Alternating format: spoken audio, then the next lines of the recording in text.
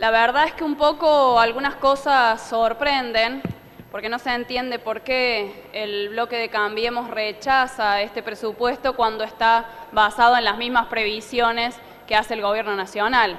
Y de hecho vienen actuando mancomunadamente, eso es de público conocimiento, aunque las verdades no les gusten, es la realidad. ¿Qué vamos a hacer? Y en función de esa observación primera, cabe decir que, como bien adelantó el legislador Salas, que me precedió en la palabra, el compañero del Frente de Izquierda, hay una previsión sobre la situación macroeconómica que, por lo menos de mínima, ya se está yendo de las manos. El cambio de la situación internacional, no solamente con el triunfo de Trump, que promete el aumento de barreras proteccionistas sobre la economía norteamericana, con lo que eso significa en posibilidad del gasto fiscal, además, y la elevación de las tasas, además de lo que ya viene anunciando hace rato la Reserva Federal norteamericana del aumento de las propias tasas, va a significar directamente un encarecimiento del endeudamiento ya contraído y del endeudamiento futuro, que en términos de lo que está haciendo el Gobierno Nacional es realmente sideral y se prevé que alcance la friolera de los 60.000 millones de pesos al finalizar este año. Es decir, que es escandaloso, y es escandaloso también, ¿por qué? Porque sobre la base del crecimiento de estas tasas y del crecimiento de las tasas de los bonos del Tesoro norteamericano, al cual está atada toda la deuda fraudulenta, usuraria, que está contrayendo la Argentina, como la deuda pasada, es evidente que este presupuesto de enorme endeudamiento, al igual que el presupuesto provincial, lo que pretende es descargar, como dice clara y con todo cinismo el mensaje de elevación, sobre el sacrificio presente y futuro, ya sabemos de quiénes, que son las masas laboriosas.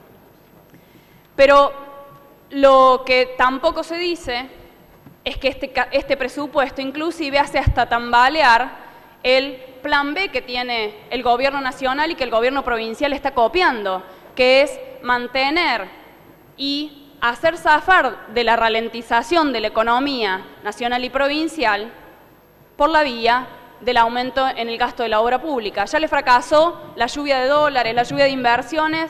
Dijeron, bueno, plan B, vamos a mantener el consumo por la vía de la inversión, por la vía de la inversión en la obra pública, pero que tampoco está garantizado que eso suceda. Sobre todo, ¿por qué? Porque si hay una vuelta a lo que se conoce o lo llama una vuelta a la calidad y los capitales van de los países como el nuestro, de Brasil, inclusive México, que son las tres principales economías a nivel latinoamericano, que se están viendo realmente impactadas por la crisis capitalista, por inclusive este giro que toma la política internacional con el triunfo de Trump, es evidente que hasta ese plan puede fracasar. Eso va de la mano también, obviamente, con la disminución del consumo por la vía de China, que está indicando que va a bajar y está previendo un menor crecimiento. Es decir, que todo este endeudamiento futuro, que todas las previsiones están montadas, en primer lugar, sobre una ilusión, pero en segundo lugar, seguramente, como ya sabemos, y han salido los agoreros ex amigos y que ahora se tienen que despegar solamente por cálculo electoral de lo que está haciendo el gobierno, es descargarla sobre los trabajadores y los sectores populares. Hay que decir esto claramente, porque si el gobierno nacional, así como el gobierno provincial, están teniendo estos planes, tiene que ver con que están moderando el ajuste solamente de cara a 2017. El ajuste que están exigiendo los empresarios, a los cuales este gobierno y el gobierno nacional responden, es un ajuste que todavía les resulta insuficiente. Y si están perfilándose para las elecciones del 2017, es para fortalecerse políticamente y descargar el ajuste que aún no pueden hacer porque los trabajadores, los sectores populares presentan resistencia a partir de 2018. El ajuste y el endeudamiento de la provincia es enorme, Los gastos de capital implican un aumento del 108%. Bueno, como ya lo expresaban en el mensaje en la lectura del mensaje de elevación y lo han expresado los ministros, es un aumento enorme, a pesar de que digan que está por debajo de las pautas de responsabilidad fiscal, que es el 15%, pero están previendo llegar en 2021 a un aumento enorme, que es el del 12%. Y la contracara de este ajuste sobre la base del endeudamiento, es que ustedes mismos reconocen, y eso es insólito, yo la verdad es que no entiendo cómo pueden hablar con ese descaro, que reconocen que en los últimos años la pobreza en la Argentina y en particular en nuestra provincia ronda el 30%, que la indigencia ronda el 7%, y ustedes están previendo no solo no paliarla, sino aumentarla. ¿Por qué? Porque que destaquen el gasto social, que ya sabemos y está absolutamente comprobado que son migajas, y que destaquen que el gasto social es casi el 50% del gasto, no es porque hay inversión real en derechos como la educación, como la salud, sino que lo que están previendo es para los planes miserables del plan Primer Paso, el plan Por Mí, que mencionaba el legislador que presentó el proyecto de presupuesto y los otros proyectos de ley, el plan Por Mí, que significa 3.000 pesos para una mujer y que, sacando la cuenta de las 20 horas semanales que están calculadas, que responde a eso, ¿saben cuánto da por hora que le van a pagar a una mujer? 37 pesos con 50. Es decir, que lo que hacen es mantener con paliativos la miseria social que generan. 37 pesos con 50 por hora le van a pagar a esa mujer. Los planes PPP, el plan de entrenamiento para el trabajo, las becas académicas, los programas de inserción laboral rondan esos montos. Es decir, el pago es similar. Mano de obra barata para las patronales, precarización para la juventud, para las mujeres y mantenimiento de la miseria social. A esto lo quieren camuflar y lo quieren disfrazar con la supuesta progresividad de algunos tributos. La verdad es que digan que van a quitar el impuesto a los ingresos brutos, a aquel monotributista, laburante, profesional, gasistas, electricistas, que llegue a los 16.000 pesos por mes, no vaya a ser que se le ocurra a un trabajador alcanzar la canasta básica familiar que está en 21.000 pesos, porque no se lo permiten siquiera, porque se supone que si ya está en 21.000 pesos tiene que pagar ingresos brutos como si fuesen ganancias. Es decir, es nuevamente una política demagógica y miserable para mantener la ya miseria existente de los trabajadores. Lo mismo con lo de los impuestos al sello para los alquileres que estén en 7.000 pesos mensuales. Es pura demagogia, señores. Desde el punto de vista del aumento del personal, lo dicen ustedes en el mensaje de elevación, van a tener una política de administración austera con respecto a las contrataciones. Es decir, que lo que nosotros denunciábamos con respecto a la sesión anterior de las leyes de procedimientos y las adecuaciones de procedimiento de la ley nacional 26.485 contra la violencia hacia las mujeres es absolutamente real, porque no prevén la contratación de personal más que austeramente. Es decir, que eso va a quedar en papel mojado. En papel mojado. La planta de personal permanente de la provincia no solo que no aumenta, sino que disminuye en 298 cargos de la planta permanente. Ahora, sin embargo, cuando los funcionarios del gobierno provincial hablan del pago del miserable bono de 2.000 pesos, se refieren a 129.000 agentes que cobrarían activos ese bono. Es decir, que están reconociendo el nivel de precarización por la vía de los contratos que el propio Estado sostiene. Obviamente, de esto no hablan algunos cómplices del gobierno sentados en estas bancas. Las inversiones, ustedes hablan de inversiones. del fortalecimiento de la inversión en algunos sectores atrasados, como el sector energético. La verdad que la cara de piedra asombra. Hablan de la energía, del retraso en la energía y en la inversión energética. Esa inversión, que además se dan el tupé de citar en el mensaje de la elevación las visiones de los empresarios que dicen que está muy retrasado con respecto al resto de los países latinoamericanos. En materia energética han sido el gobierno anterior y este gobierno que ha habilitado el endeudamiento porque ha sido cómplice de la entrega a las grandes multinacionales como Chevron y como todas esas empresas multinacionales, previos cómplices durante las privatizaciones, previos cómplices del vaciamiento, es la responsable de la crisis energética que se expresa cada verano y cada invierno cuando aumentan o descienden brutalmente las temperaturas. Y les da la cara para hablar de una gran inversión en materia de energía. El mismo gobierno nacional que es el responsable del aumento de las tarifas, que ha sido uno de los componentes principales en el aumento de la inflación de los últimos meses. Un tarifazo que solamente con la movilización de los sectores populares fue apenas limitado y sobre el que siguen avanzando y van a seguir avanzando. Y les da la cara de hablar de inversión en materia de infraestructura energética. Lo mismo para vialidad.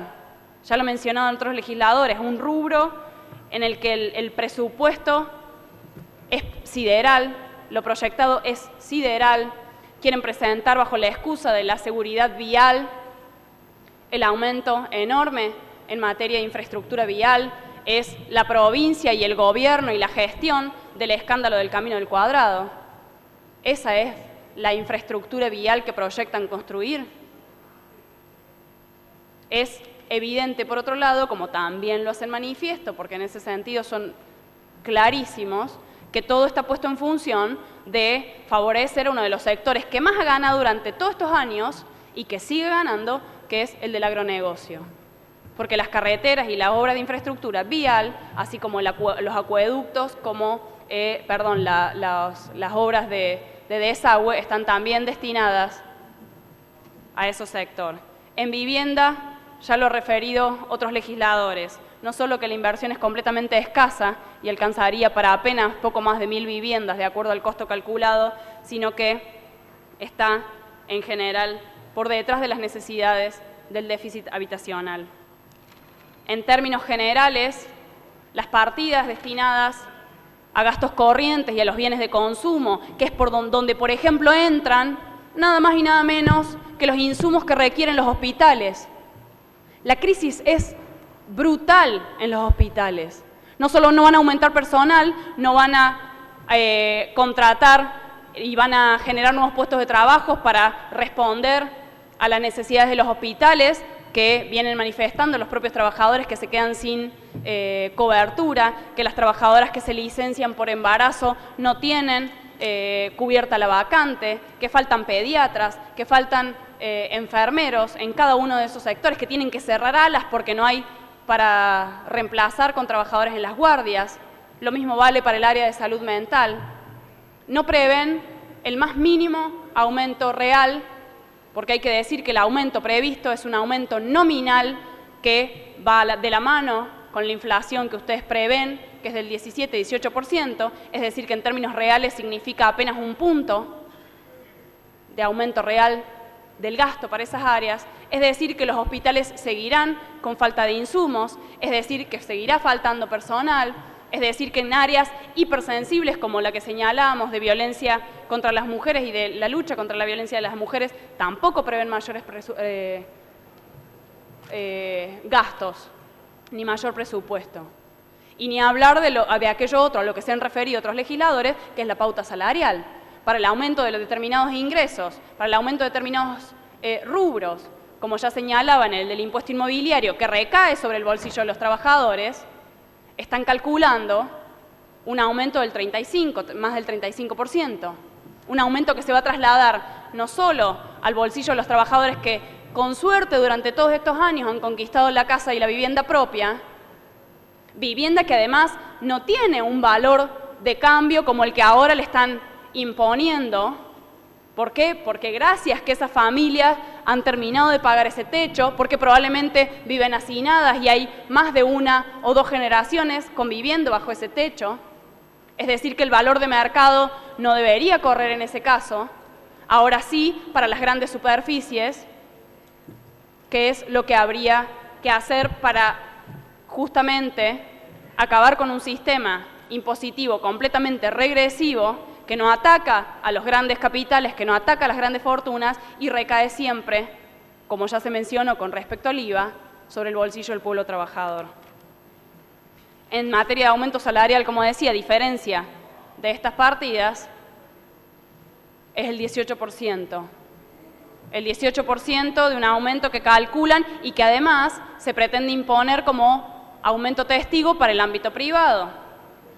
Ámbito privado al que obviamente quieren, ya lo mencionaban otros legisladores, mantener y garantizarle una mano de obra hiperbarata, inclusive en acuerdo con el Gobierno Nacional, modificando leyes de contrato de trabajo, tratando de frenar, como hemos mencionado en otras ocasiones, esto que llaman la ley y la industria del juicio, como si los trabajadores no tuviesen el más mínimo derecho de reclamar a las aseguradoras de riesgo de trabajo por los deterioros físicos y psíquicos que sufren producto de las altas tasas de explotación.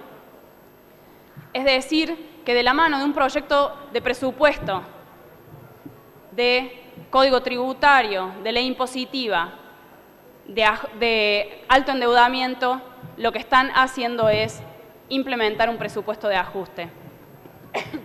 Esto se ve muy claramente en partidas en las que supongo que el gobernador, después de haber hecho toda la demagogia suficiente con el juicio y el megajuicio a la Perla, ahora decidió recortar partidas porque la partida en materia de derechos humanos pasa de 19 millones a 12 millones. Tampoco hay previsión de aumento de personal, pero ahí hay un recorte claro en materia presupuestaria. Ya mencionaba lo del personal, ya mencionaba los de bienes de consumo. Y en términos de algo que este gobierno viene haciendo demagogia y anunciando, y también lo mencionaban ahora, que es en materia de lucha contra la violencia hacia las mujeres, hay que decir que aunque han aumentado las partidas de gasto para las áreas destinadas a la lucha contra la violencia hacia las mujeres, de las cuales se venía de la nada absoluta, porque eso hay que decirlo, las partidas presupuestarias, sumando todos los programas destinados a esta cuestión, no suman más que 1.500 millones.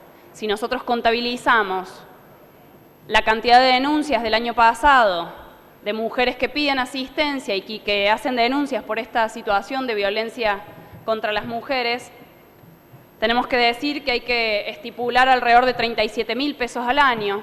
Si eso lo dividimos por los 12 meses, estamos promediando los 3.000 pesos por mes. Es decir, que ni de cerca están los montos que la propia Secretaria de Equidad anunció en esta legislatura de los 10.000 pesos. Ni de cerca. Si lo contabilizamos por mujer a nivel provincial, el gasto es mucho menor, porque hay que decir que si contabilizamos la cantidad de mujeres de la provincia, el gasto por mujer apenas llega a los 2,50 pesos diarios. Esos son los montos que este gobierno destina a la defensa de los derechos de las mujeres. Por todas estas razones y por razones con las que ahondaremos en la segunda lectura, es que el bloque del PTS, el Frente de Izquierda, rechaza este presupuesto y sigue sosteniendo el rechazo al pago a la fraudulenta deuda externa, la no toma de nueva deuda y el aumento de impuestos progresivos y la transformación del sistema tributario en clave progresiva que tienda a sacar las ganancias de aquellos que se han beneficiado durante todos estos años y que siguen beneficiándose y a los cuales el gobierno de Cambiemos y el gobierno de Unión por Córdoba siguen beneficiando, que son los grandes capitalistas de la provincia, como las automotrices, como las grandes superficies comerciales, como los desarrollistas urbanos, como el sector del agronegocio. Por estas razones, digo, y por aquellas en las que ahondar en la próxima sesión de tratamiento, es que rechazamos este proyecto de presupuesto.